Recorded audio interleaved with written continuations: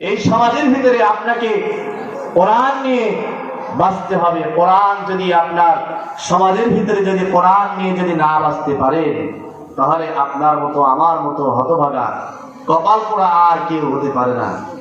কোন একদিন এ দেশের আকাশে কালিমার পতাকা দুলবে,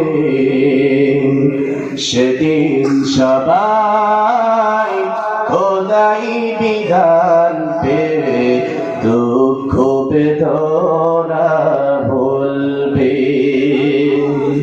কোন একদিন এ দেশের আকাশে কালিমার পতাকা দুলবে, সেদিন সবাই খোদাই বিধান পে দুঃখ বেদনা ভুলবে।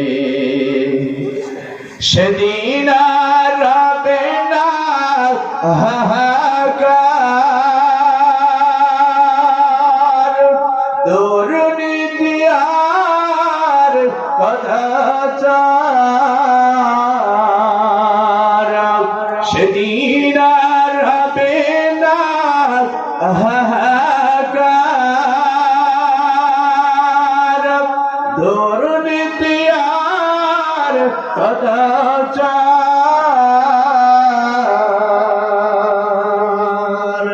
সকলেই শান্তিতে থাকবে, কোন একদিন এ দেশের আকাশে কালিমার পতাকা দুলবে, সেদিন সবাই খোদাই বিধান পে দুঃখ বেদনা ভুলবে।